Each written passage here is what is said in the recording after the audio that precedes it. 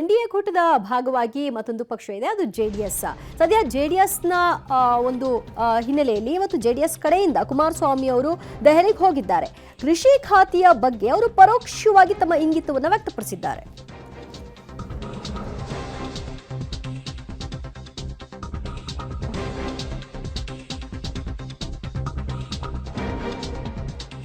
ಸಹಜವಾಗಿ ಮೈತ್ರಿ ಪಕ್ಷಗಳನ್ನ ಕೇಳಿದಂತಹ ಸಂದರ್ಭದಲ್ಲಿ ನಮ್ದೇನೂ ಇಲ್ಲ ಡಿಮಾಂಡ್ ಅಂತ ಬಹಿರಂಗವಾಗಿ ಹೇಳ್ಕೊಂಡ್ರು ಕೂಡ ಒಳಗೆ ತಮಗೆ ಏನು ಬೇಕು ಅನ್ನೋದ್ರ ಬಗ್ಗೆ ಪ್ರಸ್ತಾಪ ಮಾಡ್ತಾರೆ. ಅದು ಇವತ್ತಿನ ಮೀಟಿಂಗ್ನಲ್ಲಿ ಆಗುತ್ತೆ ಸಹಜವಾಗಿ. JDS ಕೂಡ ಅದರಂತೆಯೇ ಇವತ್ತು ಕುಮಾರಸ್ವಾಮಿ ಅವರು ದೆಹಲಿಗೆ ಹೋಗಿದ್ದಾರೆ, ಮೀಟಿಂಗ್ನಲ್ಲಿ ಭಾಗಿಯಾಗಿದ್ದಾರೆ. ಪರೋಕ್ಷವಾಗಿ ತಮ್ಮ ಆಸೆ ಆಕಾಂಕ್ಷೆಗಳು ಏನು ಅನ್ನೋದನ್ನ ಈಗ ಮಾಧ್ಯಮಗಳ ಮುಂದೆ ಹೇಳಿದ್ದಾರೆ. ಆ ಮೂಲಕವಾಗಿ ಕೃಷಿ ಖಾತೆಯ ಬಗ್ಗೆ ಬೇಡಿಕೆ ಇಡಬಹುದಾದ ಸಾಧ್ಯತೆ ಇದೆ. ನಮ್ಮದು ಡಿಮ್ಯಾಂಡ್ ಏನಿಲ್ಲ.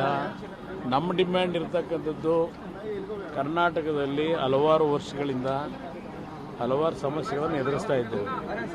ಆ ಸಮಸ್ಯೆಗಳಿಗೆ ಪರಿಹಾರಗಳನ್ನ ತರಬೇಕಾಗಿದೆ.